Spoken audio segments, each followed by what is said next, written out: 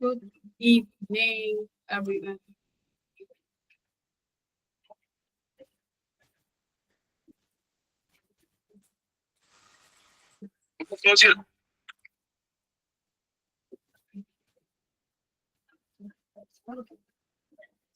हाँ, संदीप बेटा, आप कैसे मैनेज कर रहे हो फर्स्ट क्लास को?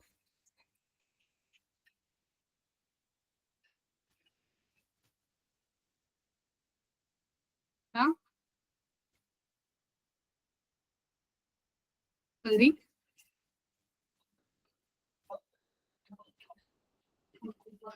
संदीप स्कूल में ही हो क्या अभी?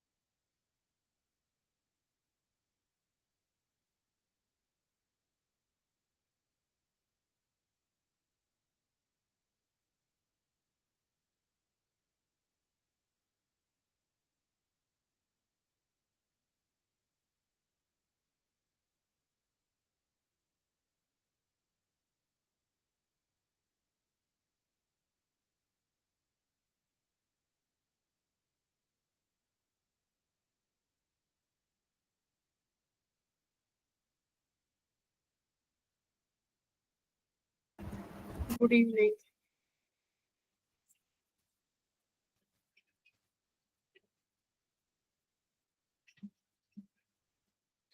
बहुत से बच्चे तो ट्रैवल कर रहे होंगे ना आज, एक जगह से दूसरी जगह जा रहे हो।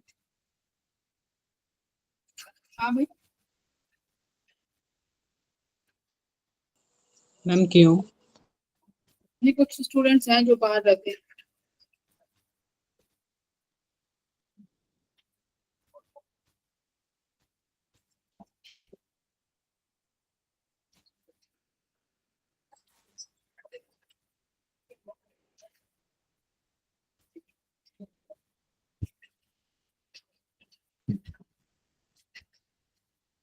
Good evening.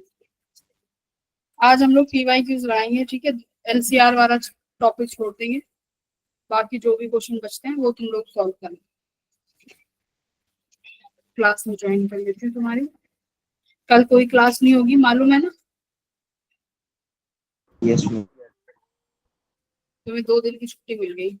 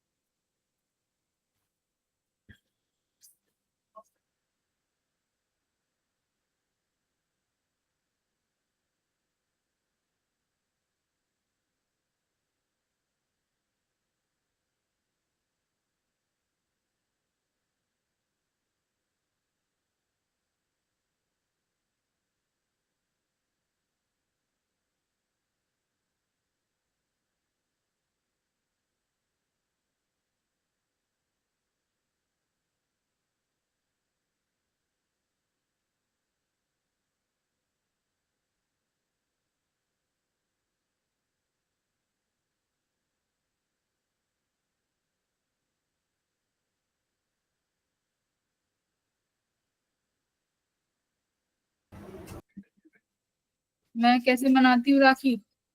जैसे तुम्हारा तुम लोगों के यहाँ मनती है, ऐसी हमारे यहाँ पे मनती है। अलग थोड़ी है। नॉर्थ इंडिया में तो सब फेस्टिवल सेम ही है।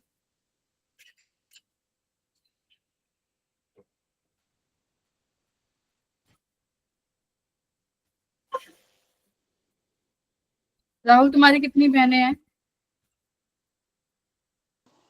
मैम दो।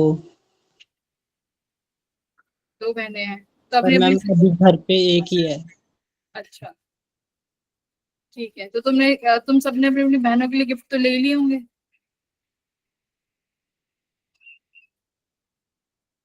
देखो किसी देख, तुमने एक चॉकलेट भी नहीं ली? तुम 50 रुपए वाली चॉकलेट तो ले ही सकते हो। मैम कल खरीदेंगे। सारे भाई मैम एक। लेता है हर कोई, ये बताता कोई नहीं। नहीं, कोई नहीं देता, सारे भाई एक जैसे होते हैं, पता नहीं है क्या। कोई किसी के भाई गिफ्ट नहीं देते।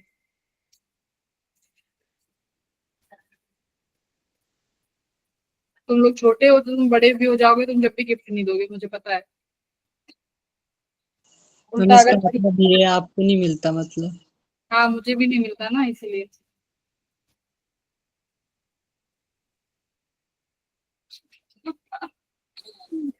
इतनी मेहनत भी क्यों कर रहे हो तुम? गांधी बापू बनाओगे? हाँ, इसको भी रहने नहीं दो। मैम, प्रिंट करवा के देंगे ना वो भी। हाँ, मेरा तो यही है, मेरे को तो नहीं मिलते गिफ्ट विफ्ट, कुछ नहीं मिलता। मेरे भाई छोटे हैं ना मेरे से। मैम सिर्फ पैसे का लेन देन होता है। हाँ, पैसा पैसा भी नहीं मिलता, बल्कि मुझे ही देने पड़ते हैं उन्हें गिफ्ट। छोटे हैं ना। और तुम भी तुम्हारी भी तो बड़ी सिस्टर्स होंगी तुम लोगों की। हाँ। Yes ma'am. हाँ, तो तुम्हारी सिस्टर्स भी तुम्हारे लिए गिफ्ट लाती होंगी फिर। No ma'am. राहुल, कोई बात नहीं। और ये अजय पलक है यहाँ पे, पलक बताएगी। पलक, तुम्हारा क्या एक्सपीरियंस है राखी को लेके? मिलते हैं गिफ्ट?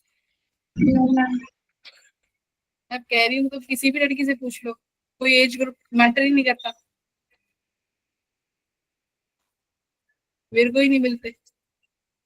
मनीषा मैम बताएगी। एक टॉफी भी नसीब नहीं होती। हाँ, नहीं होती, देख लो। सही कह रही है मैम वो। कुछ भी इतना मन भी मतलब करता है। इतना भी नहीं सोचते। इतना भी नहीं सोचते ये भाई लोग कि चलो कोई नहीं, पैसा मैटर नहीं करता, 50-100 रुपए वाली चॉकलेट ही ले चले, है ना। इतना भी नहीं सोचते। हम अगली बार आप मिलोगे ना, आप ले लेना। अपनी बहनों को दो तुम लोग। तुम्हारी बहनें हैं ना, उनको दो कल। सबको मैम वो सब। कंप्लेन ही नहीं करती, आप ही कर रहे हो। अच्छा, कंप्लेन नहीं करती? कर तो रही है ये पलक, कृतिका, ये कब किसी न किसी की तो बहन ही है, बोल तो रही है ये कि नहीं मिलते, उनसे कोई पूछने वाला नहीं है ना। हम पूछ रहे हैं तो बता रहे हैं वो। तो मैम हम इन्हें नहीं नहीं नहीं, दे इनके सकते भाइयों ना, की ये गलती हमसे है ना। काफी दूर है। हाँ, क्या कह रहा है गौरव? नहीं, हमारी थोड़ी ना है, उनके भाइयों की गलती है फिर। हाँ हाँ, हम कौन सा देर से कह रहे हैं। चलो फिर, तो गौरव ने तो गिफ्ट खरीद लिया होगा। गौरव, क्या खरीदा भाई? मैम एक्चुअली मेरी मतलब सगी बहन तो नहीं है, बट मेरी बड़ी दीदी है, अब उनकी शादी हो गई है, तो अब पता नहीं वो आएंगी नहीं आएंगी, अच्छा। पता नहीं है। अच्छा, ठीक है। बाकी गिफ्ट तो हैगा उनके लिए। रख लिया तुमने लेके? हाँ मतलब मेरे भैया ने पहले रखा था देने के लिए, और हाँ, भैया यहाँ पे है नहीं, तो वो मुझे थमा के गए हैं कि क्या देना है। चलो ये तो अच्छी बात है। सही है, मतलब गौरव तो बढ़िया ब्रदर बनेगा। बनेगा क्या मतलब है। मैम उसके सगी बहनें नहीं है ना। हाँ। प्रिंस, तुम्हारी कितनी बहनें हैं? मैम दो बड़ी बहनें हैं। अच्छा, दो बड़ी बहन है। प्रिंस तो बहुत बहुत एकदम लकी है। आर्यन क्या कह रहा है? School all Indian.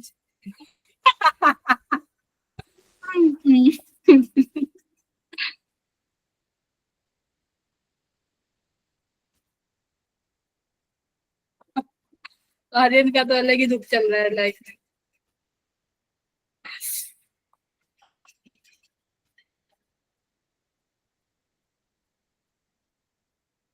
हाँ सही है, प्रिंस तो सच का ही प्रिंस है भाई, उसकी तो दो बहनें हैं बड़ी, प्रिंस की तरह ही रहता, प्रिंस एकदम ऐसे रहता होगा कि ये चाहिए ये चाहिए वो चाहिए, इसकी बहनें सब हाजिर कर देते होंगे इसके सामने, है ना प्रिंस? नहीं मिलता। डांट तो बहुत मिलती होगी, डांट तो पड़ती होगी, और उस चीज का तो पता नहीं, पर डांट तो जरूर पड़ती होगी, ये क्यों कर दिया, ये वहां रखना चाहिए था, ये यहाँ क्यों रख दिया। यस मैम, ये तो रोज का। राइट। मैम आप भी मैं भी ऐसी हूँ ना, मैं भी तो बड़ी बहन हूँ ना। तो सब ये चीजें देखो सबके घरों में सेम ही रहती हैं, चाहे कितनी जनरेशन बदल जाए, चाहे कितना ही एज गैप आ जाए, ये सब कॉमन ही रहने वाला है, आगे तक भी तुम लोग देखना। ठीक है, चलो स्टार्ट करते हैं क्लास।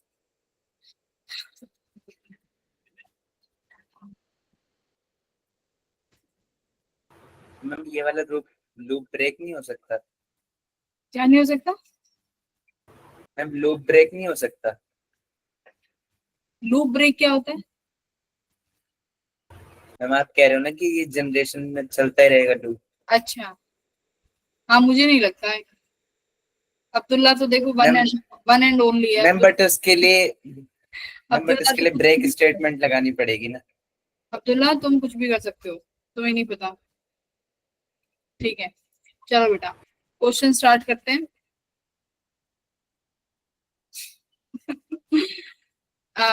देखो यहाँ पे पहला ही क्वेश्चन किसका आ गया, ट्रांसफार्मर का। ट्रांसफार्मर किसी ने पढ़ा है ईएमआई में? मैम स्क्रीन अच्छा स्क्रीन, स्क्रीन तो शेयर्ड है।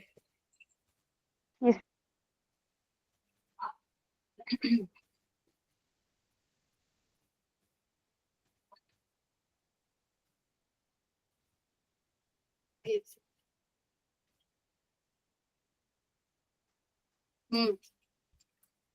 देखो हमने ईएमआई जब पढ़ा था ना, तो ईएमआई में हम लोगों ने म्यूचुअल इंडक्टेंस करके एक टॉपिक पढ़ा था, तो उस टॉपिक में ना एक अपना उसकी एप्लीकेशन आती है क्या, ट्रांसफॉर्मर। किसी ने पढ़ा होगा स्कूल में? अरे तुम्हें तो आंसर पहले ही दिख गया, चलो कोई नहीं, कैसे नहीं रहा? उससे कुछ फर्क नहीं पड़ता। ट्रांसफॉर्मर पढ़ा है ना? हाँ, क्या काम करता है ट्रांसफॉर्मर? कुछ इस तरीके से बना हुआ देखा होगा तुमने,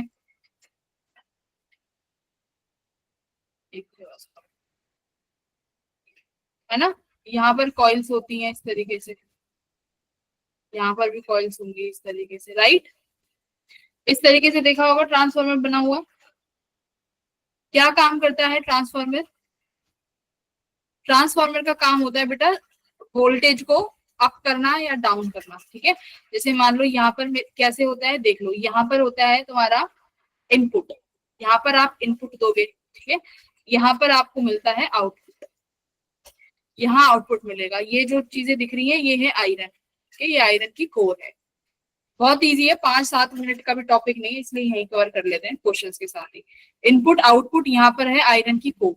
होगा क्या, इसका जो प्रिंसिपल है वो है म्यूचुअल इंडक्टेंस। अगर प्रिंसिपल की बात करें किस प्रिंसिपल पे बेस्ड है, तो म्यूचुअल इंडक्टेंस पे बेस्ड है। होगा क्या, देखो तुमने जो इनपुट दिया हुआ है वो कौन सा इनपुट है, एसी। तो एसी का जो ईएमएफ होगा वो समय के साथ क्या होता है भाई, वेरी करेगा। ईएमएफ समय के साथ वेरिएबल होगा, तो इसके साथ जो फ्लक्स लिंक करेगी वो कॉन्टिन्यूसली चेंज होती रहेगी, और वो जो फ्लक्स इसके साथ लिंक कर रही है उसको हमने आयरन कोर की हेल्प से सारा का सारा इस वाले में भी लिंक करा दिया। जो तुम्हारी ये वाली कॉइल है इसको हम बोलते हैं बेटा सेकेंडरी कॉइल, जहां पे आउटपुट मिलेगा। These are your secondary coil. जहां पर इनपुट है इसको हम बोलते हैं प्राइमरी कॉइल, ठीक है? ये अपनी प्राइमरी कॉइल है, ठीक है? अब यहां से इनपुट दोगे, सेकेंडरी पे आउटपुट मिलेगा। होगा क्या, म्यूचुअल इंडक्टेंस है, जितना तुम्हारा प्राइमरी कॉइल में फ्लक्स का चेंज होगा सारा का सारा हमने सारी की सारी फ्लक्स जो है in with the help of these iron core हमने सेकेंडरी कॉइल से लिंक करा दी। इसका मतलब सेकेंडरी कॉइल का भी फ्लक्स चेंज होगा। फ्लक्स के चेंज होने से यहाँ पर हमारे पास एक ईएमएफ इंड्यूस होगी, राइट? ईएमएफ इंड्यूस होगी। ईएमएफ का फॉर्मूला क्या होता है बताओ?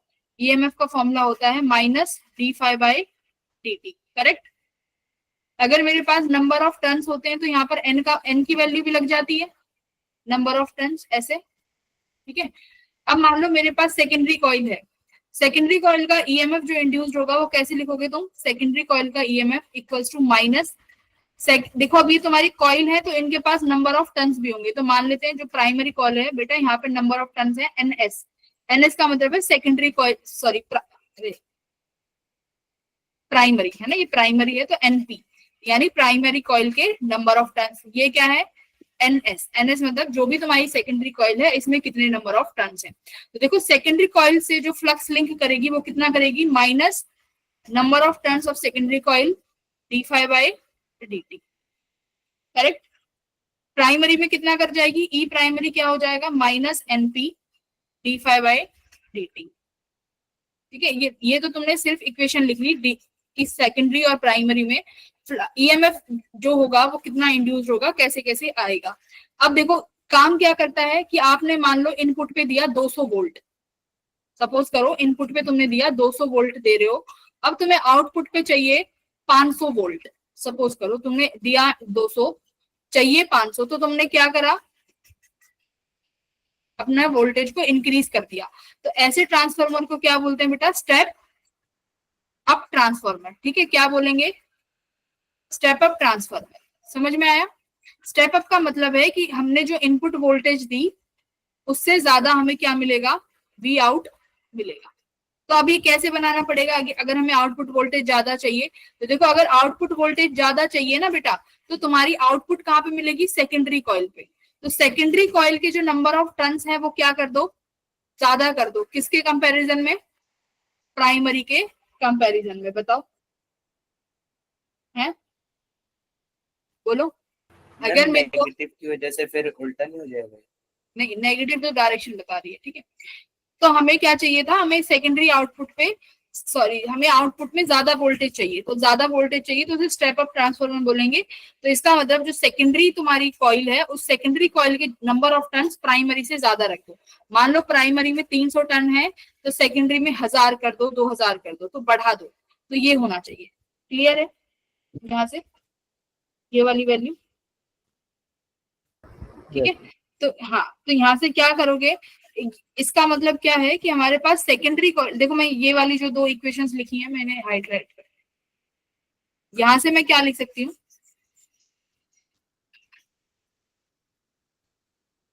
सबसे बहुत इजी है और क्वेश्चंस आ जाते हैं। ई सेकेंडरी किसके बराबर हो जाएगा बताओ, यहाँ से क्या लिख दूं, एन सेकेंडरी के, अभी यहाँ लिखा है, अपॉन ई प्राइमरी किसके बराबर हो जाएगा, एन प्राइमरी के, ठीक है। E secondary upon E primary equals to N secondary upon N primary. तो यहाँ से ये फर्स्ट इक्वेशन बनी तुम्हारे पास। ई एस क्या है पता चला, EMF in secondary coil, EP क्या है, EMF in primary coil. Primary coil में इनपुट है, सेकेंडरी कॉइल में आउटपुट है। यहां तक किसी को दिक्कत है तो बताओ, हाँ इतना समझ में आया। अब देखो क्या होगा, सेकंड होता है पावर। पावर की बात करें तो ट्रांसफार्मर में बेटा जो इफिशियंसी होती है ना, ट्रांसफार्मर में इफिशियंसी 99% तक मिल जाती है। जैसे अभी तुम कार नॉट साइकिल वगैरह पढ़ते हो तो वहां पे तो 70% के आसपास इफिशियंसी रहती है, लेकिन ट्रांसफार्मर जो है यहाँ पर इफिशियंसी 99% तक मिल जाती है। यहाँ पर जो लॉस होता है तुम्हारा एनर्जी का in the form of heat वगैरह वो बहुत बेयर मिनिमम होता है, ठीक है, ज्यादा लॉस नहीं होता। तो यहाँ पर हम आइडियल केसेस में मान के चलते हैं क्या कि P इनिशियल किसके बराबर होगी बताओ, P आउट के। P क्या है, पावर। ये किस केस में है, आइडियल केस में। आइडियल केस में क्या होगा, इनिशियल पावर किसके बराबर आ रही है, आउटपुट पावर के। पावर का फॉर्मूला क्या होता है बेटा, VI, तो I प्राइमरी और V को E लिख लो क्योंकि अब तक हम E लिखते आ रहे हैं। तो किसके बराबर आया, E primary equals to output कितना हो जाएगा, E secondary into I secondary. तो यहां से देखो क्या हुआ, ES अपॉन EP किसके बराबर आया, IP upon IS, right, equation second. तो यहां से अगर मैं तुम्हें बात करूं तो तुम्हारे पास फॉर्मूला बस यही फॉर्मूला है कि हमारे पास ES अपॉन EP है ना, किन किन चीज के बराबर है, नंबर ऑफ टर्न्स के तो डायरेक्टली प्रोपोर्शनल है और करंट के इनवर्सली आया है। बस इतना याद रखना है तुम्हें। देखो कि हमारे पास जो EMF आएंगी सेकेंडरी या प्राइमरी के पास, वो डायरेक्टली प्रोपोर्शनल होंगी नंबर ऑफ टर्न्स के और इनवर्सली रहेंगी तुम्हारे करंट के। देखो एनर्जी तो कंजर्व होगा ही ना। कैसे? अब मान लो तुम्हें आउटपुट पे पावर ज्यादा चाहिए, सॉरी आउटपुट पे तुम्हें वोल्टेज ज्यादा चाहिए। समझो, अगर आउटपुट पे वोल्टेज ज्यादा चाहिए तो मिलेगी कैसे? करंट को कम कर दोगे, करंट कम हो जाएगा, तो जितना करंट कम हुआ है उतना ही वोल्टेज ज्यादा मिल जाएगी, तो यहाँ पर एनर्जी भी कंजर्व रहेगी। समझ रहे हो ना? तो ये तुम्हारा ट्रांसफार्मर का पूरा सिनेरियो है। इससे ज्यादा तो वो कुछ नहीं पूछ सकता। पूछेगा तो कई बार दे देगा कि 99% का वो है ट्रांसफार्मर है, इफिशियंसी 99% है, तो तुम्हें पता है पी आउट फिर किसके बराबर होगी?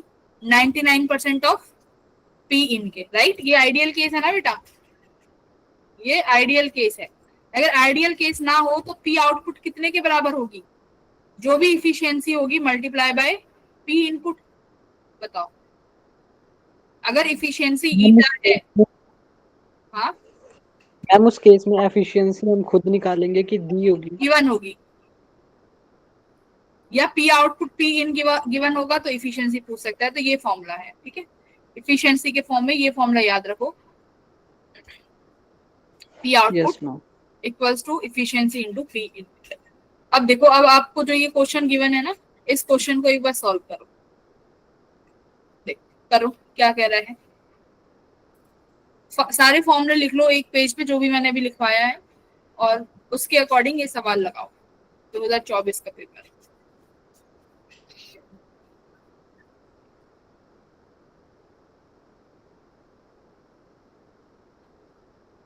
मैम एक बार नीचे करना थोड़ी स्लाइड।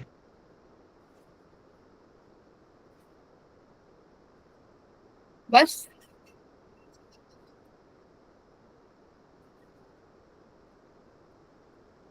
ठीक है मैम। ठीक है, करो।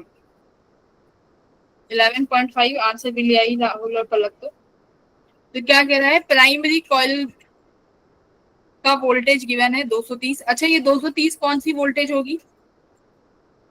IRM, सॉरी VRMS, ठीक है? ये VRMS वैल्यू है, क्योंकि जब भी AC में DC की तरह दिखे तो समझ जाना वो RMS वैल्यूज है।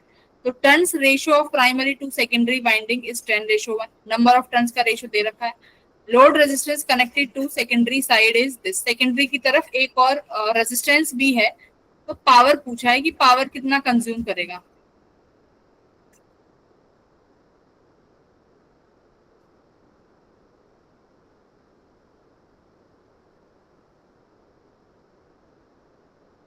ठीक है, ठीक है, सीधा तुमने ये वाला फॉर्मूला लगाया अपना वोल्टेज वाला। हमें रेशियो ऑफ N1 N2 दे रखा है, वहां से हम लोग आउटपुट वाली वोल्टेज निकाल लेंगे कि आउटपुट वोल्टेज कितनी है। करेक्ट? तो देखो यहाँ पे आउटपुट वोल्टेज तुम्हारे इनपुट के कम आई है ना। प्राइमरी में 230 वोल्टेज है, लेकिन यहाँ पर तुम्हें आउटपुट में कितनी वोल्टेज मिला है? ओनली 23। तो यानी ये कौन सा ट्रांसफार्मर है? स्टेप अप में क्या होता है? स्टेप अप में बेटा होता है कि तुम्हारा आउटपुट ज्यादा होता है, ठीक है? अगर ये उल्टा है तो इसको क्या बोलते हैं फिर? Step down. Step down. तो ये हो जाएगा स्टेप डाउन। यहाँ पर जो V आउटपुट होगा वो इनपुट से कम हो जाएगा बस, ठीक है? तो पावर कंज्यूम फिर से V²/R लगा देना, पावर का फॉर्मूला आ जाएगा। Easy easy PG. ये LCR सर्किट है तो LCR तो हम नहीं करेंगे।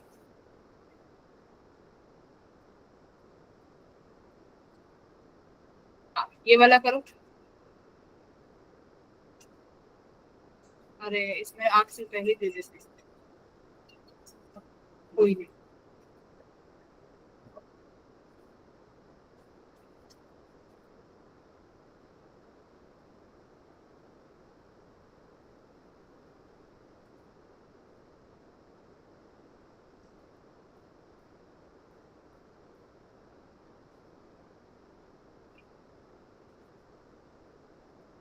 अंजलि आई है आज क्लास में? आज अंजलि एब्सेंट है? आज तो लड़कियां सारी एब्सेंट है, साजी आई है। चलो रितिका, ध्रुवी नहीं आई, सुनिधि नहीं आई, ध्रुवी तो आई। ध्रुवी आई हो? ध्रुवी आई हो क्लास में? आई।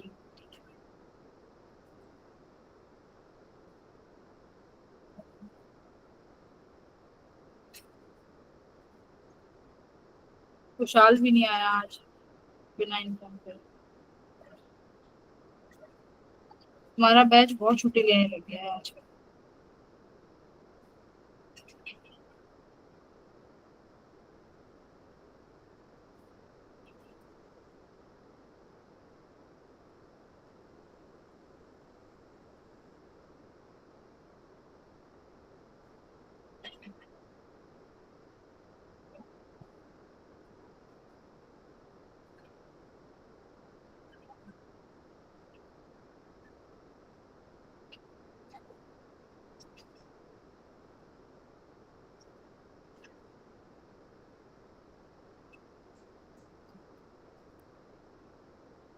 आंसर आए एक आध?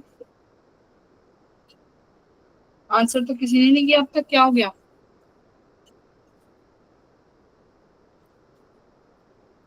In a given figure, the charge stored in 6 microfarad capacitor when point A and B are joined by connecting wire. ये तुम्हें क्लास में कराया था क्वेश्चन बैठा के।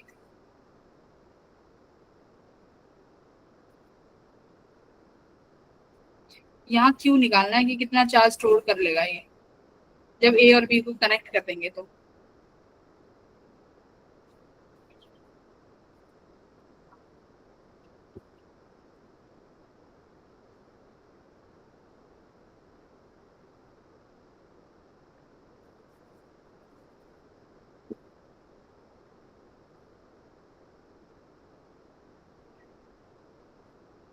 कैपेसिटर कैसे बिहेव करेगा भाई? ये कैपेसिटर कैसे बिहेव करेगा आफ्टर टी टाइम? ये 9 वोल्ट की बैटरी है, ये शॉर्ट सर्किट हो जाएगा ना, ये यहाँ से तो जाएगा ही नहीं, करंट जाने ही नहीं देगा, है ना। सारा का सारा जो भी यहाँ से करंट आएगा वो यहाँ से होते हुए ऊपर चला जाएगा सर्किट में।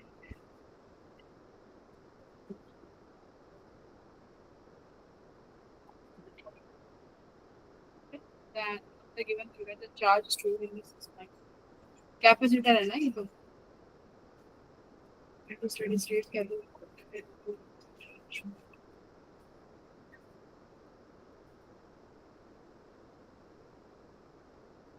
ओपन सर्किट की तरह बिहेव करेगा ना।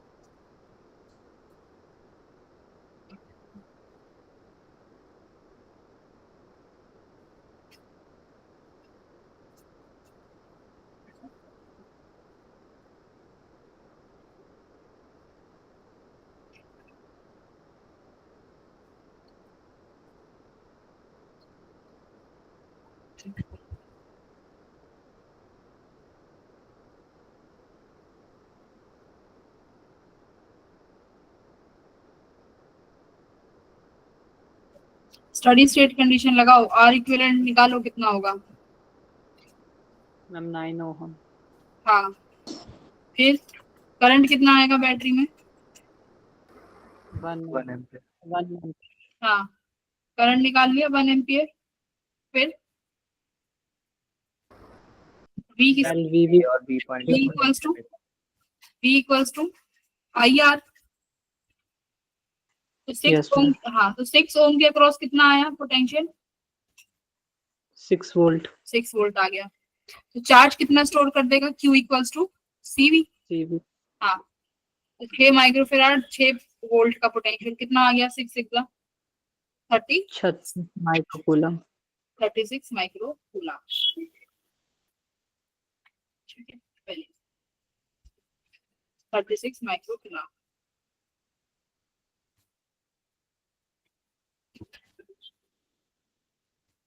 ठीक है, तो ये हट गया, तुम्हारा सर्किट ऐसे बन जाएगा, देखो बहुत अच्छे राहुल प्रिंस। ये अपना कैपेसिटर,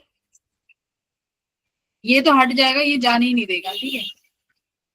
ये यहाँ पे, ये अपनी बैटरी यहाँ पे, तो देखो मान लो ये 9 वोल्ट की बैटरी, तो फिर यहाँ से सपोज करो करंट आया, ठीक है, तो जाना भी तो यहाँ पर चाहिए ना सारा करंट, इस वाली ब्रांच में, है ना। यस मैम, हाँ, रेक्टिफायर के थ्रू जाएगा। जाएगा, तो यहाँ से आया, यहाँ गया, यहाँ से ऐसे जाएगा आई पे, यहाँ से ऐसे होते हुए यहाँ पहुंच जाएगा अपना करंट, पहुंच गया आराम से, कोई दिक्कत ही नहीं आई। तो यहाँ पे 6 ओम और ये कितना है 3 ओम, तो 6 और 3 ओम में कैसा करंट जा रहा है भाई, सेम करंट जा रहा है, तो आर इक्विवेलेंट तो सीरीज में ही आएगा, है ना। आर इक्विवेलेंट कितना सीरीज में, यानी 9 ओम आया। देखो ये इस वाले कैपेसिटर से भी करंट नहीं जाएगा, ये सब जो तुम्हें गिवन होते हैं ये स्टडी स्टेट कंडीशंस होती है। स्टडी स्टेट कंडीशन जहां कैपेसिटर वहां करंट नहीं जाने देगा, ये समझ लो। ये कैपेसिटर यहाँ से भी करंट नहीं जाने देगा, ठीक है। ये भी मैं अगर चाहूँ तो यहाँ से ये रिमूव कर सकती हूँ, ऐसे यहाँ से भी नहीं जाने देगा। तो V किसके बराबर आया, V equals to I R. Voltage हमारे पास 9 है, रेजिस्टेंस 9 है, सर्किट में करंट आ गया 1 एम्पियर, करंट 1 एम्पियर आ गया। उसके बाद क्या निकालना है भाई, जो इसके अक्रॉस हमें वोल्टेज चाहिए, AB के अक्रॉस, तो AB के अक्रॉस वोल्टेज यही होगी जो इसके अक्रॉस हो जाएगी, CD के अक्रॉस, कितना 6 इंटू कितना है ये 6 ओम है ना, ये 6 ओम। इसके अक्रॉस वोल्टेज निकाल लो, जो इसके अक्रॉस वोल्टेज आएगी, यहाँ पे कैपेसिटर में चार्ज निकाल लेना, CV, कैपेसिटेंस C है, इसके अक्रॉस वोल्टेज कितना आएगा भाई, V equals to I R. Resistance 6 है, करंट 1 है, तो यानी इसके अक्रॉस जो वोल्टेज आई वो 6 वोल्ट आई। यहाँ पर C की जगह 6 रख दो, कैपेसिटेंस भी 6 है, तो कितना आ गया 36 माइक्रो, ठीक है, इजी इजी। तो स्टडी स्टेट कंडीशंस में कैपेसिटर्स जहां जहां दिखे वहां वहां कैपेसिटर्स को उड़ा दो, बहुत बार बता चुकी हूँ। चलो बिल्कुल 36 आ गया। अब देखो ये वाला क्वेश्चन करो,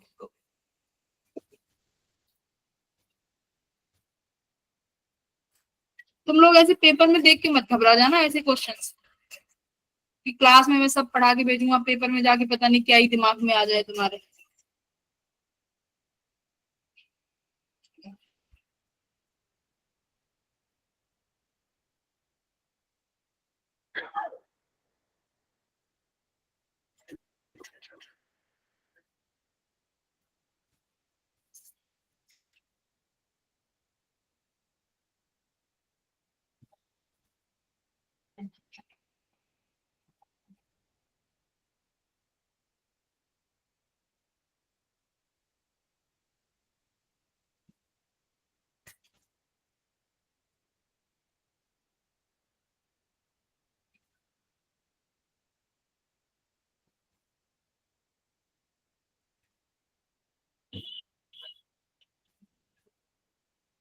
पीर बख्श भी नहीं आया ना आज,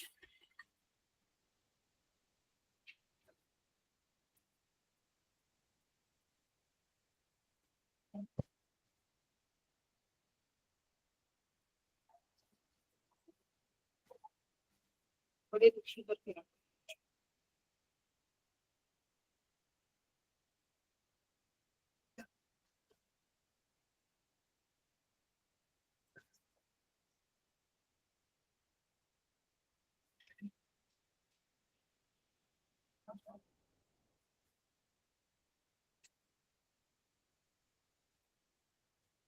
आज सुमित भी नहीं है, सुमित तो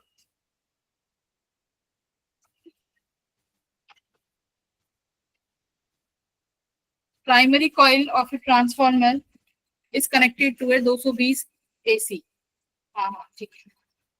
primary and secondary coil of transformers are this, ठीक है, सारी चीजें तो गिवन है। Secondary coil is connected to 2 series resistance, output voltage V naught चाहिए भाई, डी ऑप्शन क्या करने का, PI P आउट के बराबर है जब तक हमें कुछ कंडीशंस गिवन ना हो, जब तक स्पेसिफिकली ना गिवन हो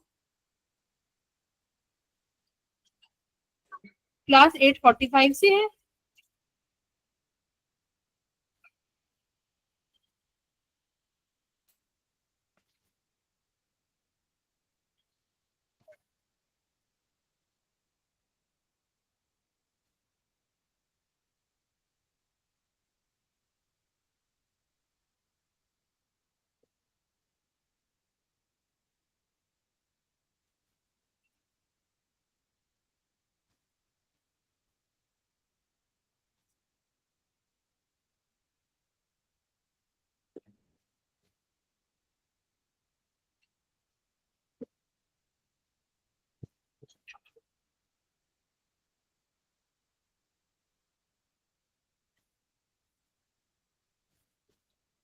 हाँ, बेचारों कई बच्चों को लग रहा है 8:45 से क्लास है। P I equals to P naught. P I कितना है? वी आई।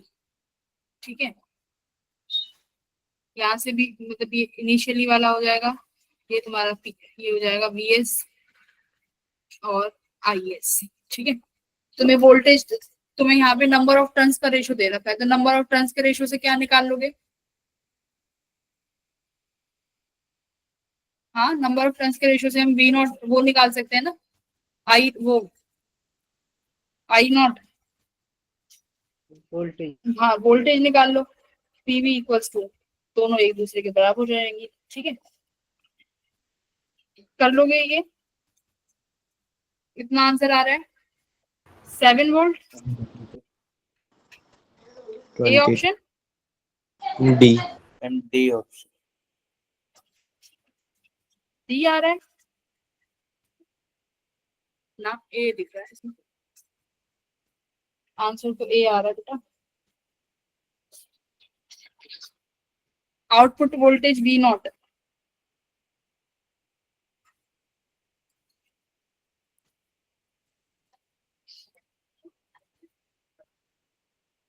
यही तुम्हारे पास ये ले लेके यही तो फॉर्मूले हैं।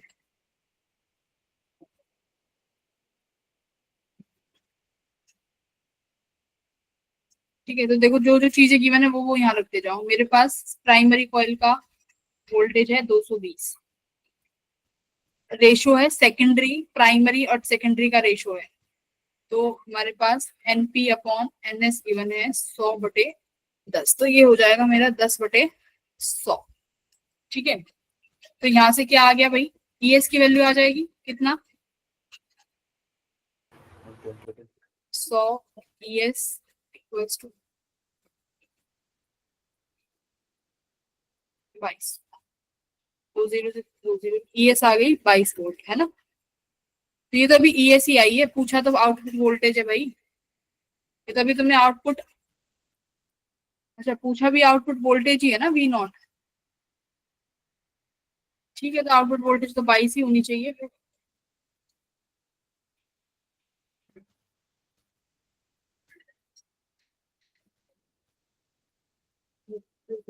Primary and secondary coil to transform this. Secondary coil is connected to two series resistance shown in the figure. The output voltage, अरे ये आउटपुट वोल्टेज वी नॉट यहाँ पूछेंगे ना, ये वाली देखो यहाँ पे ये रेजिस्टेंस भी तो है यहाँ पे। तुमने जो अभी तुमने कौन सी वोल्टेज निकाली है, ई सेकेंडरी। ये ई सेकेंडरी वो है जो इस कॉइल में जनरेट हुई, राइट। ई सेकेंडरी देखो यहाँ पे हमारे पास ये रेजिस्टेंस भी तो है।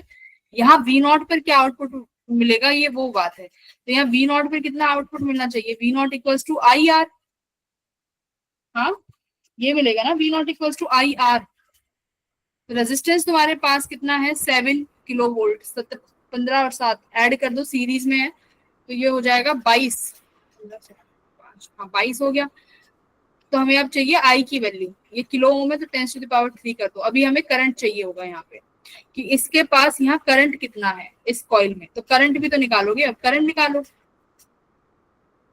करंट कैसे निकाल लोगे, कोई एक वैल्यू, कोई करंट की एक वैल्यू है।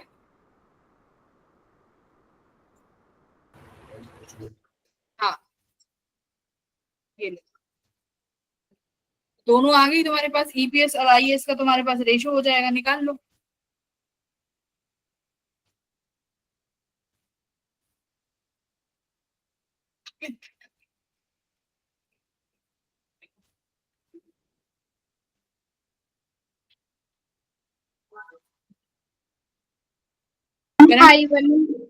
करंट कितना होगा V/R, V कितना है 22, रेजिस्टेंस कितना है 22 इंटू 10⁻3। ठीक है, तो 22 से आया। हाँ क्या कह रही हो?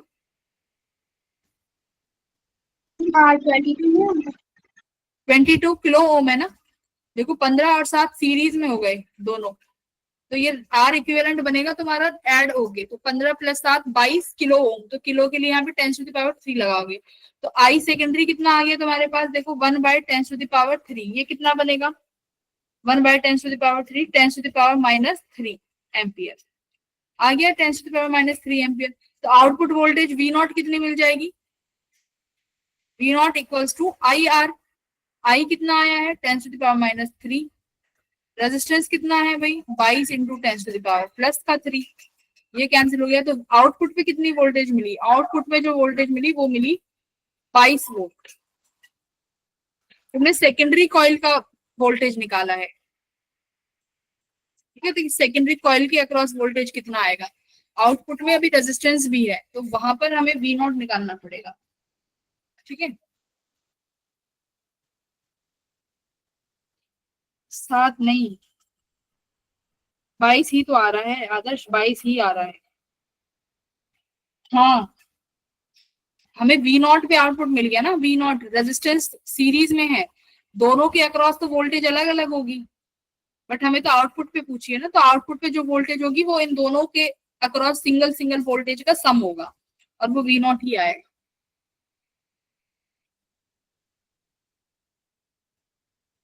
लास्ट है तो डी ऑप्शन।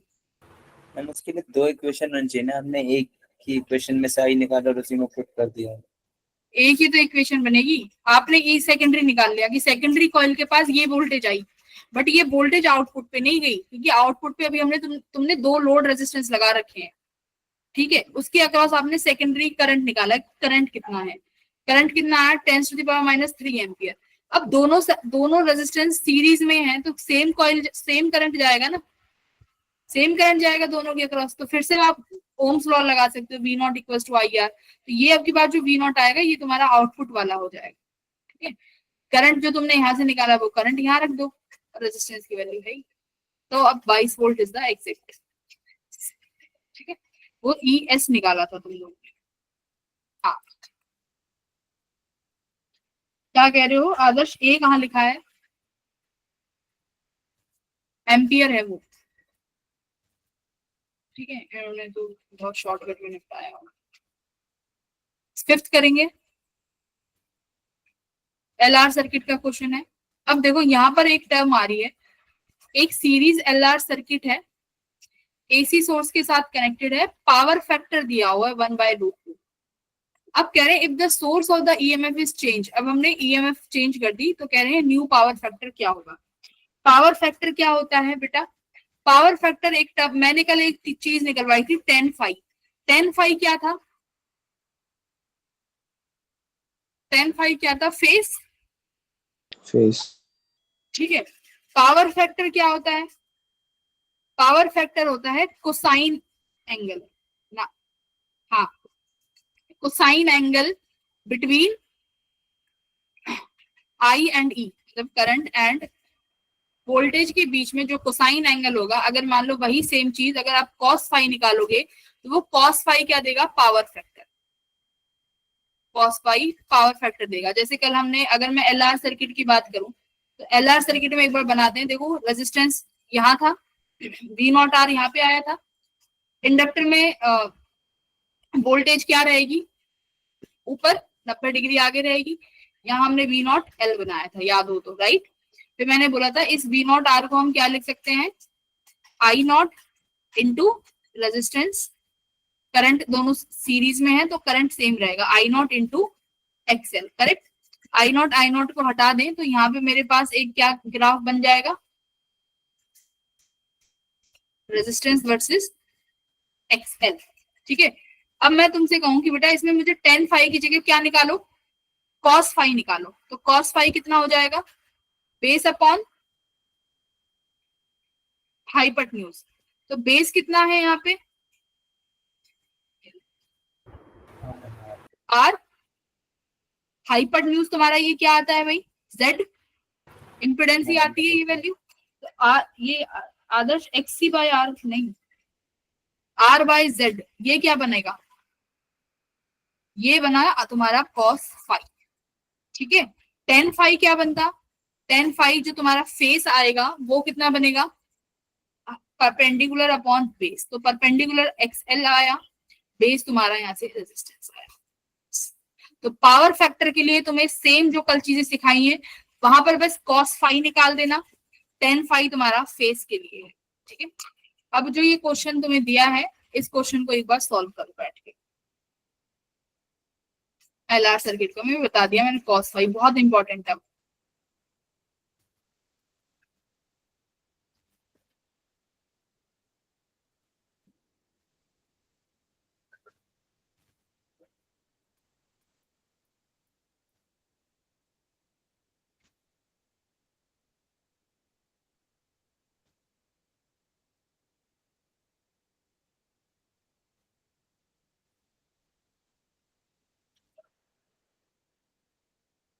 पहले वाले का कॉस फैक्टर ऑलरेडी गिवन है,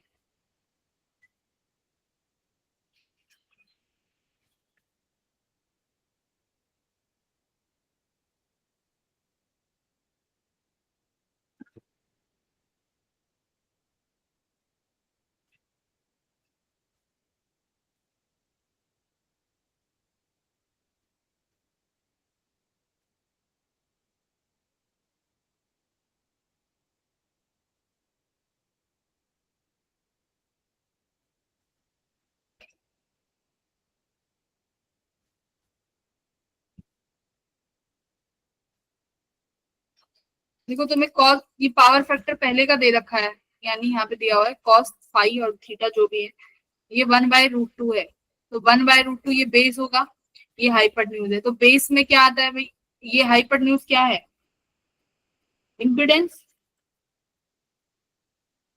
बेस क्या है देखो,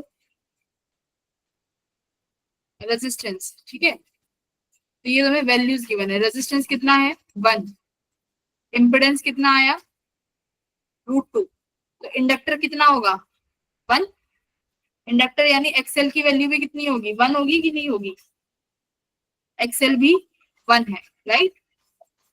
सारी चीजें आ गई। अगर मैं तुमसे कहूँ कि फेस भी निकाल दो टेन फाई, तो सीधा सीधा उसमें क्या होता है एक्सएल बाय आर, परपेंडिकुलर क्या बनेगा एक्सएल बाय आर, तो फाई यानी 1 हो जाएगा, तो ये फेस कितने डिग्री का बन जाएगा तुम्हारा, ये तुम्हारा 45 डिग्री का बन गया इनिशियली।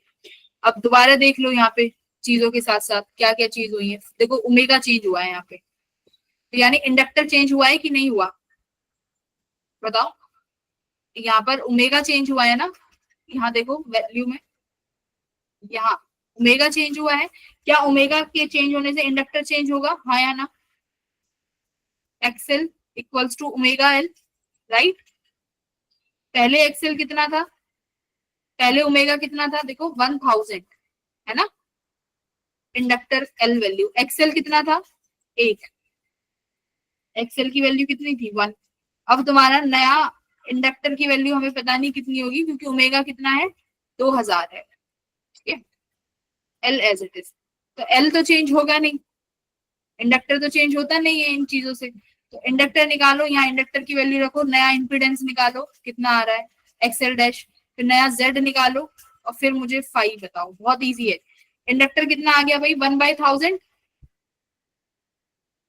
1/1000, तो एक्सएल की वैल्यू नई कितनी आई, एक्सएल की नई वैल्यू 2 आ गई ना, एक्सएल की नई वैल्यू 2 आ गई, तो अब यहाँ पे क्या लिखोगे भाई, रेजिस्टेंस तो 1 ही रहेगा, जेड चेंज हो जाएगा, जेड कितना हो जाएगा बताओ, अगर तुम्हारा जेड होगा R square plus XL square, है भाई, आर तो 1 ही है बट इम्पीडेंस अब की बार 2 हो गया, 2 का स्क्वायर क्या बना 4, तो 4 और 1 5, नया कितना बन गया 1/√5, आ गया ऑप्शन नंबर सी। बताओ समझ में आया कि नहीं आया,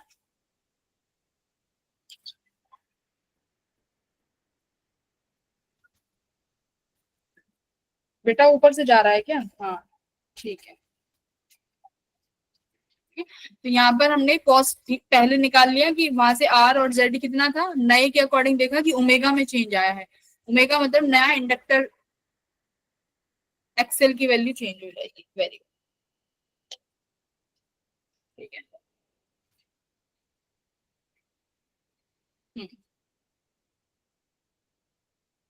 आरुष, तुम्हें कुछ होमवर्क दिया था आज सुबह और कुछ नहीं मिला है मुझे, ठीक है, सॉल्व करके।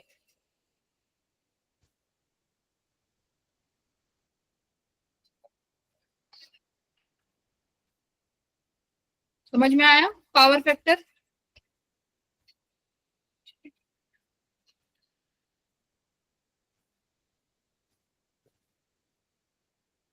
चलो ये वाला कर दो, जिसको ना आए बोल देना। ऋषि तुम्हारे आंसर नहीं आ रहे हैं, कहाँ चले गए? किसको बोल रहे हैं हमको?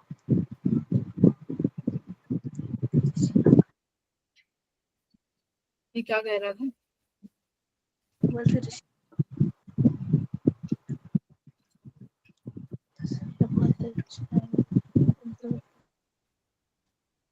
कहाँ है ऋषि? Yes ma'am. कहाँ पे हो? मैम घर पे है। अच्छा, ठीक है। हॉस्टल से घर चले गए? यस मैम, वो तबीयत वहाँ पर ठीक नहीं हो पा रहा था तो घर आ गए। ठीक है।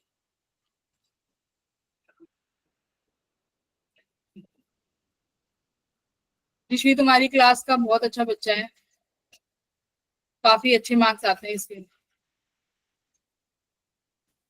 पर थोड़ा सा लापरवाही कर देता है कभी कभी।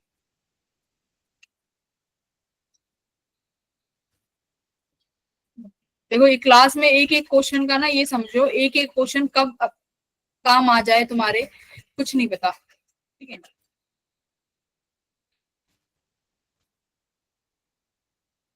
तुम घर पे बैठ के नहीं करते, इसलिए क्लास में बैठ के कराया जा रहा है, और जब भी अगर तुम नहीं कर रहे फिर तो इससे बड़ा तो क्या ही हुई।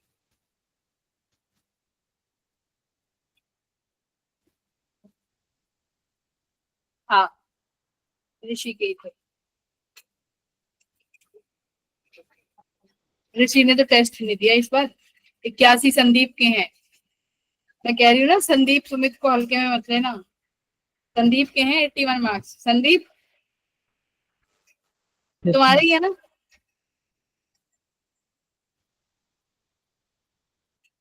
बताओ संदीप, बोलो।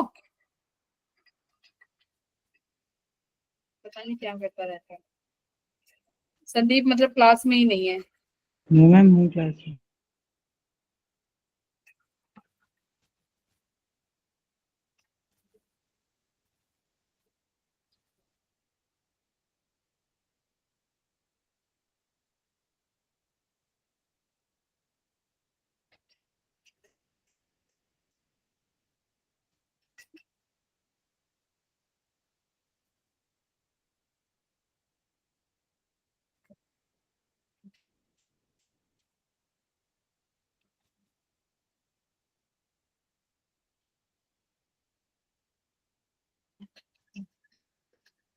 ये तो आ गया, कर लिया होगा भाई।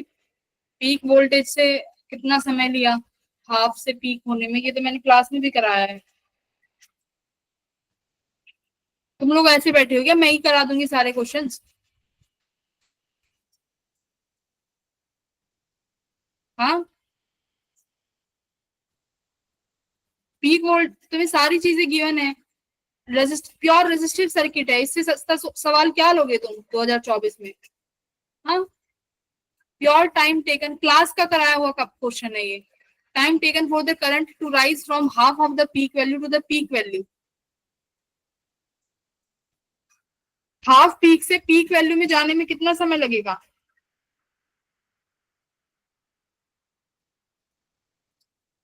पूरा पीक वैल्यू में जाने में कितना समय लगता है? पूरी पीक वैल्यू में जाने में T/4 लगता है भाई? यस ये पूरा पीक वैल्यू में जाने में T/4 लगेगा ना, फिर यहाँ पर आ जाएगा Yes. T/2 में बिल्कुल 0 ही हो जाएगा। तो आधा पीक कितने पे हो जाएगा मुझे बता दो जरा, T/8 पे? कि नहीं? कितने पे बनेगा? तो फिर इतनी टी बाय कितने पे बनेगा? Rising half to peak T by 6 पे बनेगा। कितने पे बनेगा? टी बाय 8 या टी बाय 6? क्या कह रहा है? Alternating voltage rise is applied to current to rise from half of the peak value to the peak value. कितना समय लगेगा? टी बाय T/8 8 से तुमने कौन सा ऑप्शन निकाला है? 3.3। हाँ T/6 कैसे लगेगा? हाँ, टी बाय 8 से 3.3 तो आ ही नहीं सकते। ठीक है, तो कितना समय लगेगा भाई आधे पीक से फुल पीक पे जाने में? Capital T by 6। ठीक है, ये तो निकाल भी सकते हो ना। अगर देखो नहीं पता चल रहा तो हम निकाल भी तो सकते हैं। मेरे पास ये फॉर्मूला है कि नहीं? E equals to E naught sine omega T, मेरे पास फॉर्मूला है। अगर मेरे पास पीक वैल्यू E नॉट है, क्या कह रहा है? Time taken from the current to rise from half of the peak value, है ना, टू द पीक वैल्यू। तो E की वैल्यू कितनी है भाई? E naught by 2। ये E नॉट है, ये साइन है, ये ओमेगा है। टाइम कितना लग जाएगा यही तो निकालना है मेरे को। कितना आया? साइन ओमेगा टी किसके बराबर आ गया? 1/2 के। और ओमेगा टी किसके बराबर होता है? कंप्लीट 2 पाई के। ठीक है, ओमेगा कितना दिया हुआ है? 100 पाई। ये टी इक्वल्स टू 2 पाई। कितना आया भाई? ये पाई से पाई कट गया, 2 कितना आया? 2/10। ये कितना आया? 1/5। हाँ,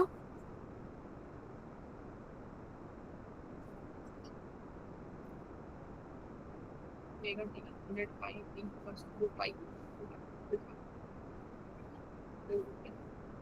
2/100 होगा ना? 100 टाइम कितना है? t equals to 1/5 50 1/50 time. Ma'am √2 नहीं आएगा शायद उधर। कहाँ पे?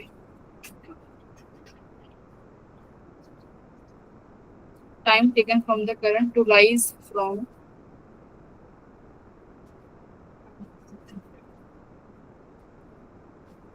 हम ये देख रहे हैं ना कि अगर मुझे half of the peak value पे ले जाना है तो कितना समय लग रहा है। पूरे पीक का तो हमें पता ही है, पूरे कंप्लीट पीक के लिए तो t/4 लग रहा है ना। अगर मैं यहाँ पे E नॉट ही रख दूं तो E नॉट से E नॉट कैंसिल हो जाएगा, तब तो कंप्लीट t/4 आएगा। हमें यहाँ पर E नॉट बाय 2 पर कितना समय लगेगा? पर ये कब है? 0 से लेके ये t/2 तक का टाइम है। ये 0 से लेके E नॉट बाय 2 का टाइम आएगा जो हम यहाँ से निकाल रहे हैं, 0 से लेके E नॉट बाय 2 का। और ये तुम्हारा टोटल 0 से लेके पूरा पीक का जो समय है वो t/4 है। तो हमें चाहिए ये वाला समय एग्जैक्टली, ये ब्लू वाला जो मैंने मार्क किया है। देखो समझ लेना, यहाँ पे देखो मैं यहाँ बनाती हूँ, ये ड्रॉ करा। ये पीक वैल्यू है, इसमें लगता है कंप्लीट t/4 का समय। ठीक है, इसका हाफ वैल्यू कहीं यहाँ पे हो जाएगा, लेट कर लो ये 0। ठीक है, तो ये तुम्हारा E नॉट, ये हमारा E नॉट बाय 2 और यहाँ पे 0। तो 0 से E नॉट होने पे कितना समय लगा? t/4। ठीक है, 0 से E नॉट बाय 2 का निकाल लो कि इतने में कितना समय लगेगा 0 से E नॉट बाय 2 होने में। ठीक है,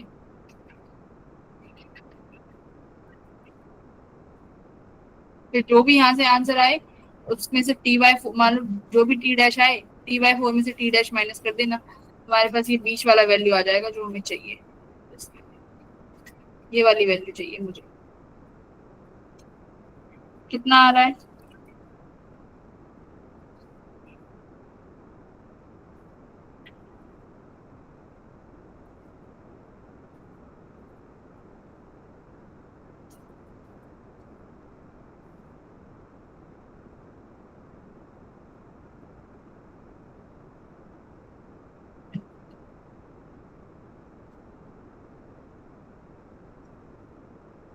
साइन थीटा 1/2 कितने डिग्री पे होता है भाई? मैं इसको अगर ओमेगा टी को मान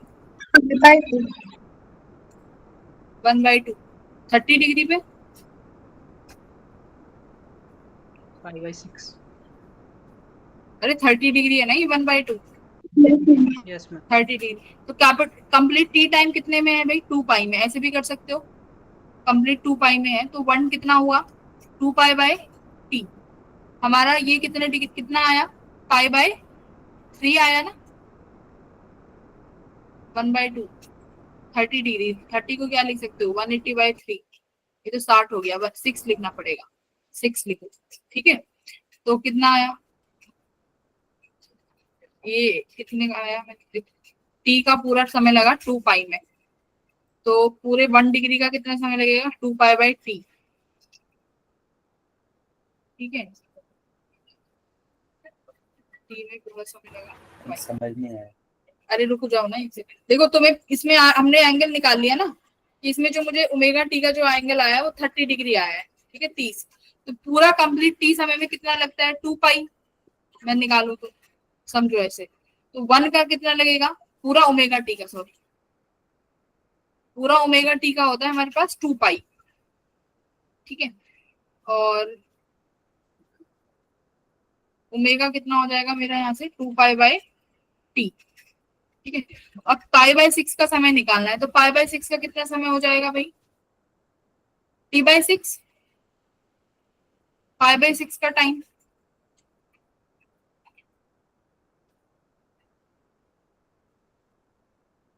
पाई बाय 6 कितने में होगा? टी बाय 6 में। तो इसका मतलब हमें हाफ पीक से कंप्लीट पीक जाने में टी बाय 6 का समय लगेगा।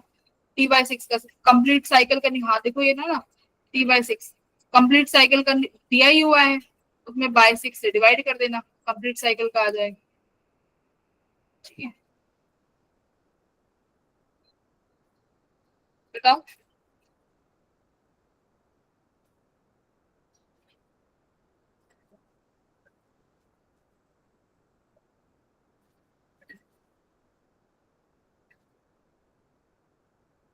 बन गया?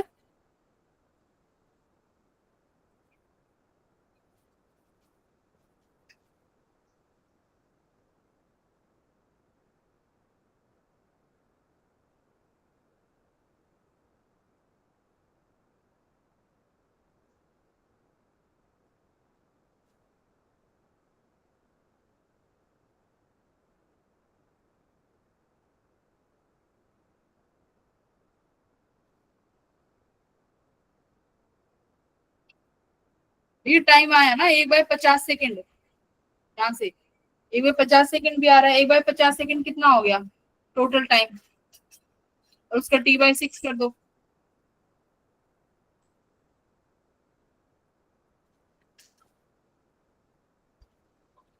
Ma'am wifi is not working.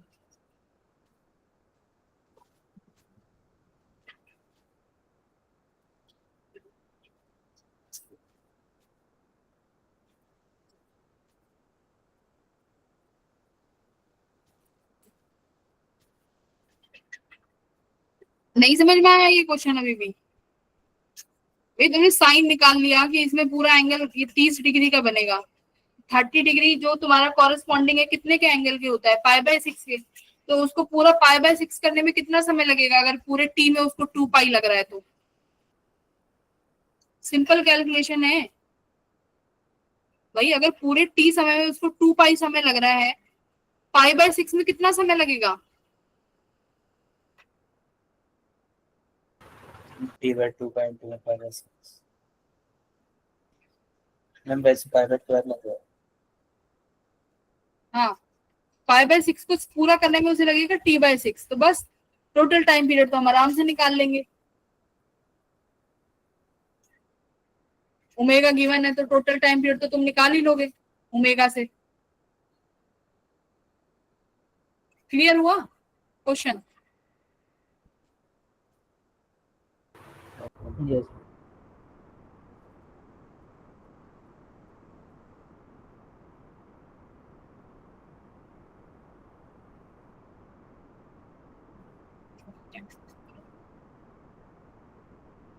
ये वाला करो, पावर ट्रांसमिशन का क्वेश्चन फिर से।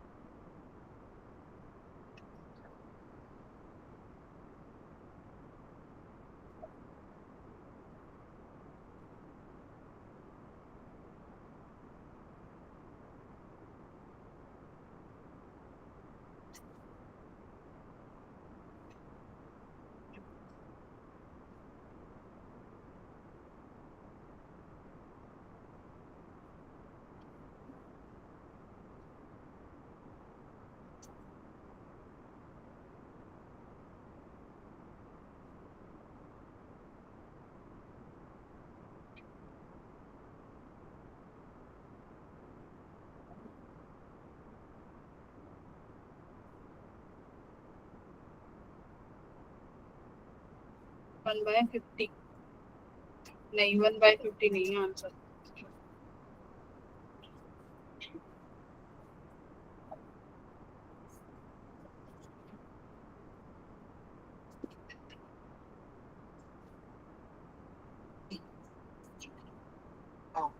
क्या आंसर आ रहा है भाई? एक पावर ट्रांसमिशन लाइन है जिसका इनपुट पावर इतना है, to a step down transformer with its primary winding, यानी नंबर ऑफ टर्न्स भी दी हुई है, नंबर ऑफ एस दिया हुआ है और ES दिया हुआ है। द आउटपुट पावर भी दी हुई है, आउटपुट पावर भी दे दी है लोग। The current in the primary, current भी दे दिया, इफिशियंसी भी दे दी।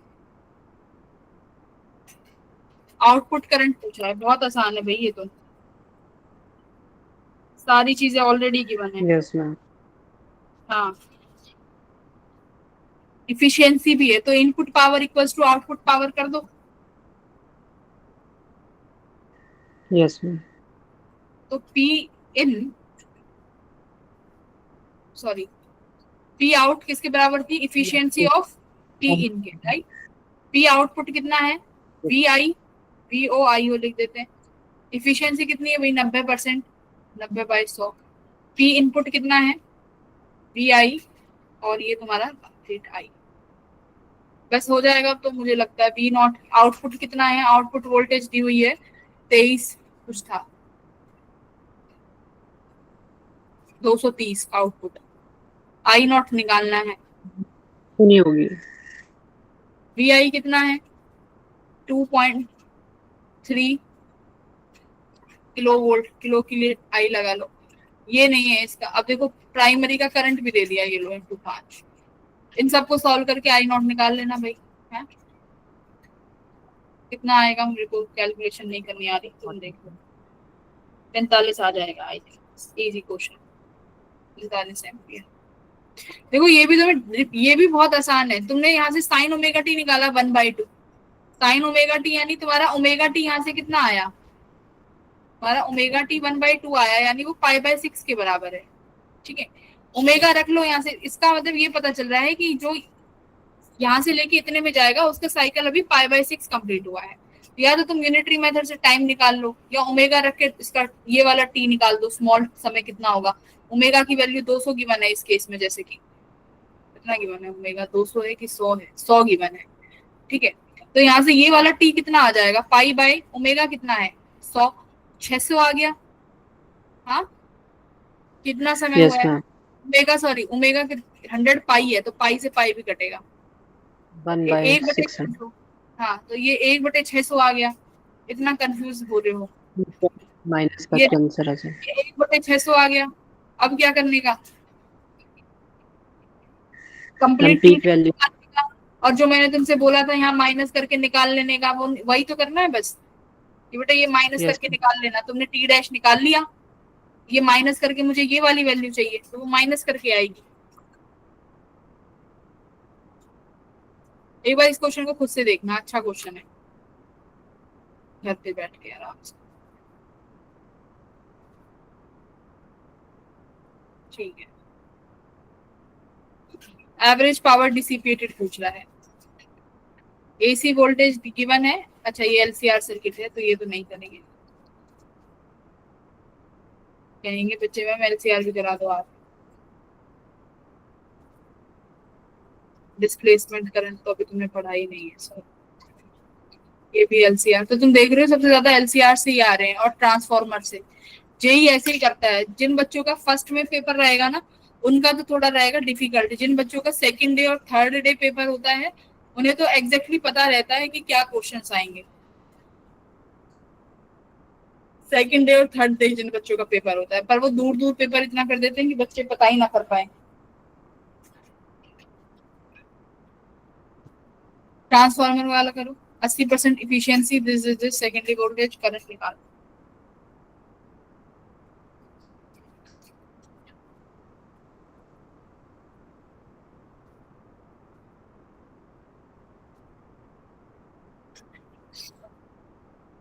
The transformer efficiency work at 10 volt and 4 kilowatt power दी हुई है आपका। If the secondary voltage is the current at this, ठीक है, हो जाएगा।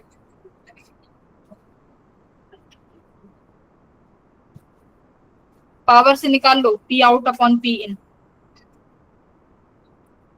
सॉरी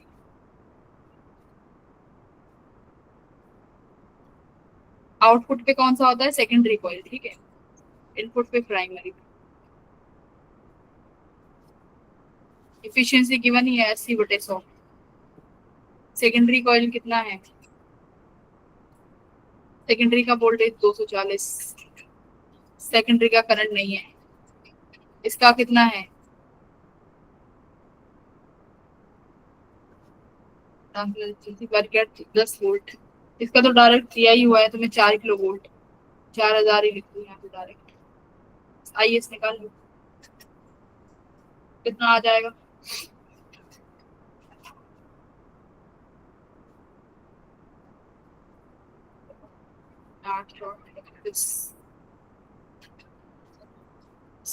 ठीक है, ये आंसर है तुम्हारा, देख लो बी ऑप्शन आ रहा होगा।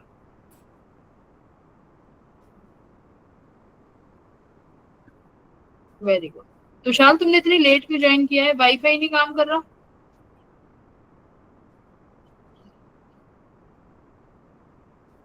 अब कर गया काम, अब कर गया, बड़ा जल्दी वाईफाई काम कर गया भाई। कैसा वाईफाई है? क्वालिटी फैक्टर एलसीआर सर्किट में आता है। हाँ देखो, ये देखो इस टाइप के क्वेश्चन, ये बड़े क्वेश्चन, यहाँ देखो बहुत ध्यान से इंडक्टर वाले क्वेश्चन आ गए भाई, जैसे आरसी वाले क्वेश्चन थे ऐसे अभी इंडक्टर वाले क्वेश्चन। क्या कह रहा है देखो, बहुत इंपॉर्टेंट क्वेश्चन है ये। 3 रेजिस्टेंस है, जिसका रेजिस्टेंस दिया हुआ है, इंडक्टर का सेल्फ इंडक्टेंस दिया हुआ है, आइडियल बैटरी के साथ connected, the current through a battery, देखो क्या पूछा है, after the switch has been closed, बहुत समय के बाद। बहुत समय के बाद क्या होता है बताओ, जब टाइम इन्फिनिटी हो जाता है तो क्या हो जाता है इंडक्टर के केस में? इंडक्टर ऐसे वायर काम करता है। हाँ, इंडक्टर वायर की तरह काम करेगा, तो इंडक्टर यानी रिमूव कर सकती हूँ मैं इंडक्टर को, इंडक्टर हटा दो, यस मैम। बस ऐसे सिंपल। ये 3 रेजिस्टेंस बन गए, ये लो हो गए सर्किट। मैम ये तो करा हुआ भी है पहले से। किसने करा दिया? मैंने तो नहीं कराया। नहीं मैम, आपने कहीं भी डीपी में भेजा था, उधर किया था ये। अच्छा अच्छा, हाँ ठीक है, तो ये इंडक्टर इंडक्टर हट जाएंगे, सिर्फ ये रेजिस्टेंस रहेंगे, तो ये तीनों पैरेलल में है, तो आर इक्विवेलेंट तुम्हारा R/3 हो जाएगा। करंट निकाल, वही पूछा है, V/R हो जाएगा, ठीक है। वोल्टेज भी दी है 12, रेजिस्टेंस भी 12/3, कितना हो जाएगा, 12/3 6 हो जाएगा, 2 हम वोल्ट, चार 12/3 4 बनेगा, ठीक है, तो 3 आ जाएगा, फिर 3 एम्पियर, ठीक है। जिन्होंने नहीं किया वो देख लो बेटा, जब इंडक्टर लगे होते हैं तो बहुत समय के बाद इंडक्टर कुछ काम नहीं करता, वो बस स्टार्टिंग में जब आप स्विच ऑन करते हो तो जीरो से करंट की वैल्यू, जीरो से कुछ और वैल्यू आती है, तो इंडक्टर क्या कहता है कि भाई पहले जीरो था, तुम अब करंट बढ़ा रहे हो तो मैं नहीं बढ़ने दूंगा, तो बस वो स्टार्टिंग में ही अपोज करेगा, कुछ समय बाद उसे पता चलता रहेगा कि करंट कांस्टेंट हो गया है, तो इंडक्टर तुम्हारे करंट का कुछ नहीं उखाड़ पाएगा, तो इंडक्टर को तुम उखाड़ दोगे लास्ट में, ठीक है, तो इंडक्टर रिमूव कर दिया। ये एलसी ऑसिलेटर है, जैसे अभी हमने एलआर सर्किट और आरसी सर्किट पढ़ा है, ऐसे ही एलसी सर्किट बनता है, और उस एलसी सर्किट को ऑसिलेटर बोलते हैं, ठीक है, ये एलसी ऑसिलेटर आएगा, ये भी हम करेंगे। ये सिलेबस में बताता नहीं है पर आंसर पूछ लेता है हर बार। ये एलसीआर सीरीज है, देख लो गिने चुने जगह से क्वेश्चन आ रहे हैं। एलसीआर ट्रांसफर कहाँ से क्वेश्चन आए, तुम्हें क्या पता चला? पूरा 2024 का पेपर सॉल्व किया, क्या पता चला 2024 में इन्होंने पूरा कहाँ से पेपर उठाया? ट्रांसफॉर्मर से। दिखा कि सारे सवाल ज्यादातर कहाँ के थे? ट्रांसफॉर्मर, पावर, है इसी के सवाल थे ना 2024 में। ये ऐसे ही करते हैं, हर साल एक टॉपिक पकड़ेंगे, एक चैप्टर का, उसी से पूछते जाएंगे, जैसे यहाँ ट्रांसफॉर्मर पकड़ा, ठीक है। 2023 में इन्होंने पकड़ा था इंडक्टर को और एलसीआर को।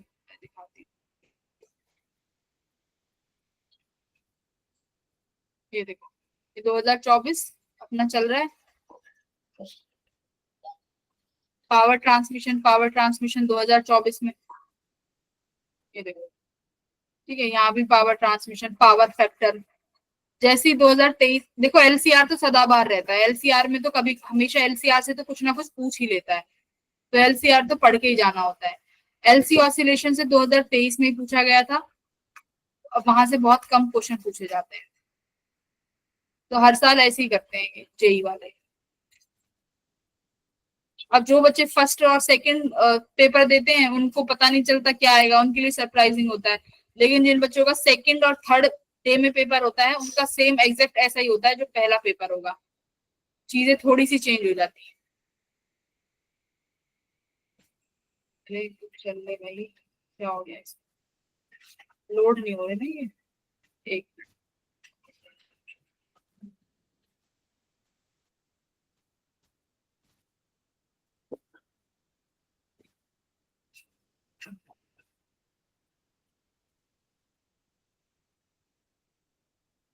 ये तो अभी हमने कराई है फिर भी नहीं आ रहा है, तो शायद तुमने कोई नजर लगा दी क्या?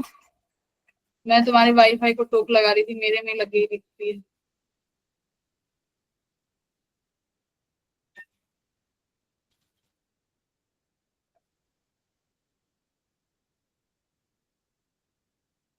नहीं नहीं, ऐसे कुछ नहीं होता,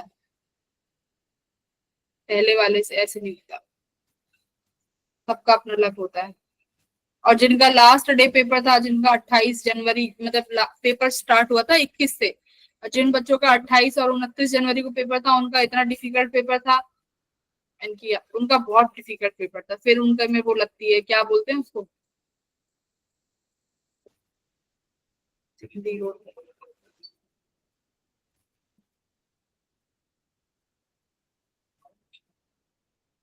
रीलोड करने से सही हो गया।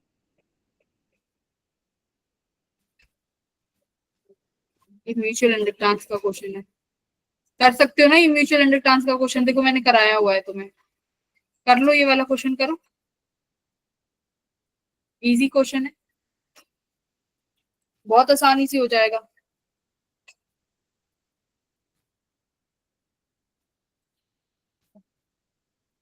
तो करंट किस वायर में है पहले ये देखो, करंट बताया मैंने, small circular loop of wire R is placed inside a large scale of wires. The loops are the flow plane and their centers are inside. Mutual inductance का फॉर्मूला हमारे पास अब एक ही फॉर्मूला है, एल आई, ठीक है, sorry mutual inductance है ना, तो क्या फॉर्मूला होता है, पहले फ्लक्स निकाल लो भाई, ठीक है,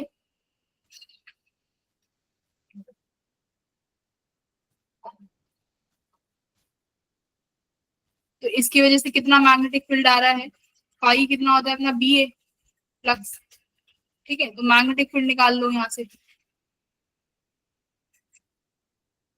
जो भी कांस्टेंट टर्म आए वो तुम्हारा मैग्नेटिक इंडक्टेंस हो जाएगा, म्यूचुअल इंडक्टेंस।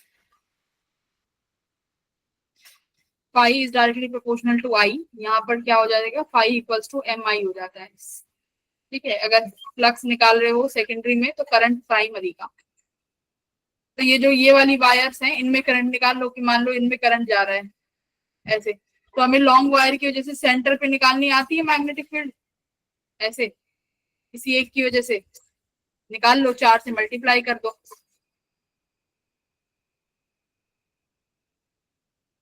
अगर तुम ये क्वेश्चन नहीं कर पा रहे ना भाई, फिर तो मैं बता रही हूँ ऐसे फायदा नहीं है पढ़ने का, ये मैंने क्लास में कराया था तुम्हें कि बेटा ऐसे सर्कल बना दो, उसके बीच में ऐसे मैं यहाँ पर स्केयर रख दूं, सर्कल रख दूं, तो क्या कोई फर्क आएगा, बताओ, मैंने ये बताओ मैंने कराया है कि नहीं कराया, तो तुम लोग क्यों नहीं करते, फिर कह देना कि पेपर में मैम पता नहीं क्या ही आ गया, क्योंकि तुम लोग नोट्स खोल के नहीं देखते, तुम्हें तो लगता है पता नहीं नोट्स में मैडम कुछ कराती नहीं है, उन नोट से बाहर कुछ नहीं आएगा, ये याद रखना, अगर नहीं पढ़ रहे तो तुम्हारी मर्जी है, 10 जगह का कंटेंट देख के जब वो एक नोट्स बनते हैं, तुम एक टीचर के लेक्चर देखोगे, हम 10 जगह से पढ़ के एक नोट्स तैयार कराते हैं,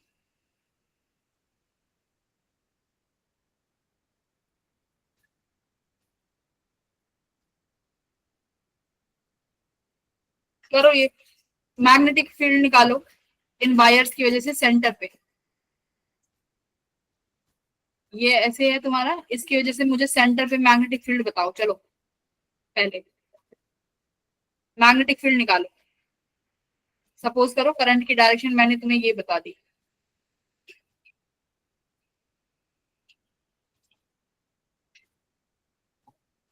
लार्ज स्क्वायर लूप है, देखो लार्ज है, तो लार्ज के लिए डायरेक्ट क्या फॉर्मूला लगाते हैं मैग्नेटिक फील्ड में, यू नॉट आई अपॉन कितना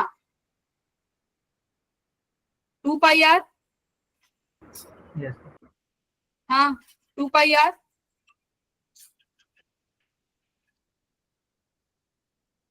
साइड लेंथ एल है, स्क्वायर वायर है, तो ये कितना बनेगा, ये डिस्टेंस L/2 हो गया, ये परपेंडिकुलर डिस्टेंस भी हो गई।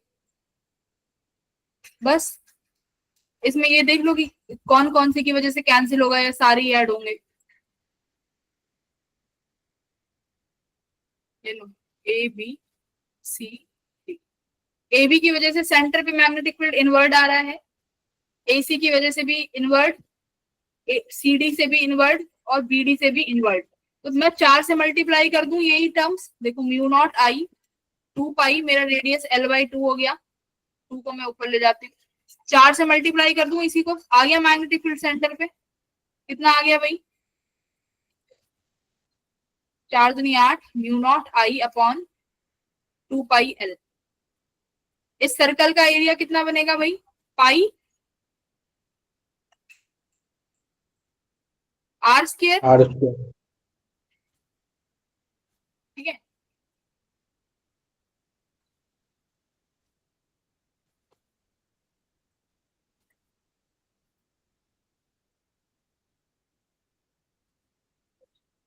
पलक ने सही दिया है आंसर।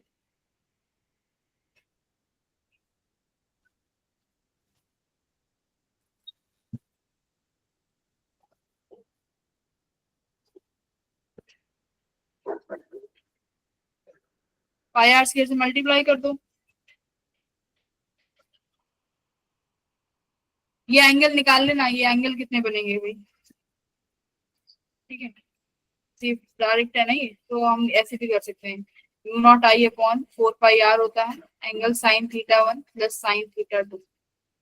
ये भी निकाल सकते हो, ये एंगल यहाँ कितने डिग्री का बनेगा, कितने का बनेगा भाई ये एंगल, अगर ये L/2 है ये भी L/2 है तो 45 के बनेंगे मेरे हिसाब से। कितने के बनेंगे एक बार देख लो, ये एंगल निकाल लो, इस फॉर्मूले में रख दे। यस साइन थीटा कितने का बनेगा, 145 के बन। ये भी L/2 है और ये भी L/2 है, तो साइन 45 कितना हो गया, देखो यू नॉट आई, एग्जैक्ट नहीं लगा सकते तो मतलब एंगल ही बना के लगाना पड़ेगा।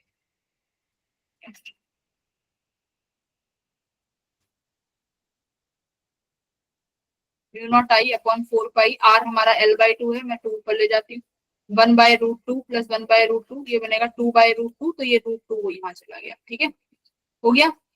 अब फ्लक्स क्या होता है, बी ए, मैंने ये तो बोला है बी ए निकालो। मैग्नेटिक फील्ड कितना आया भाई, 4 से मल्टीप्लाई कर दो, तो ये तो 4 से तो मल्टीप्लाई करना ही पड़ेगा, तो 4 दूनी 8 you naught I upon 4 pi L √2, area हो गया पाई आर स्क्वायर। देख लो इनमें से कौन सा ऑप्शन है, आई को अलग लिख लो क्योंकि हमारे पास ये वाली इक्वेशन है फाई इक्वल्स टू एम आई, तो आई के अलावा जो भी टर्म है वो सारा मैग्नेटिक इंडक्टेंस है, mutual inductance, I am sorry mutual.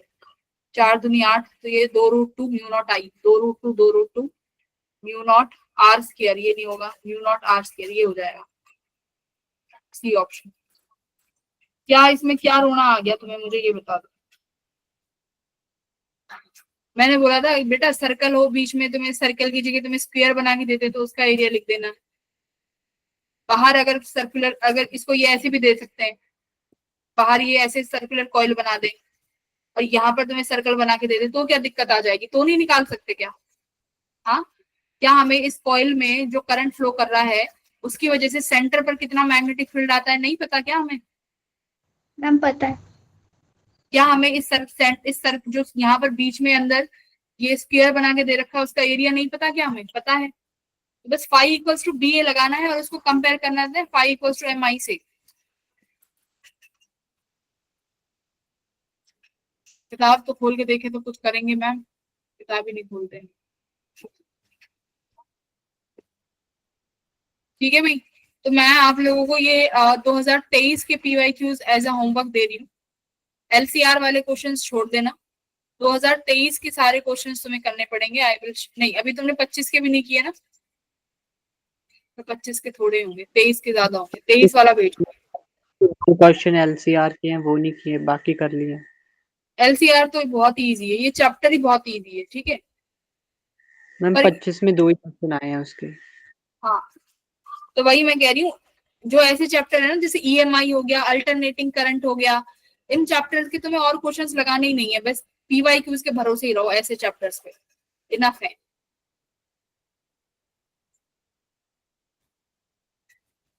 ठीक है एवरीवन, किसी को कुछ बोलना है?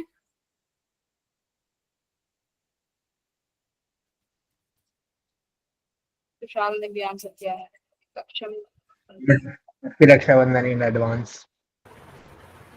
Thank you Gaurav. पढ़ लेना, अब तुमने रक्षाबंधन के लिए बोल दिया है ना, तो फिर अब तुम्हें अपने भाई की तरह डांटूंगी क्लास में, और फिर चिढ़ना मत,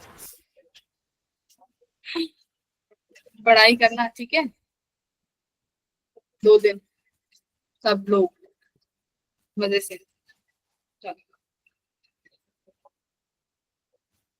सबको 2 दिन की बधाइयां, छुट्टियां हैं तुम्हारी, सोना सुबह आराम से, लेट उठना।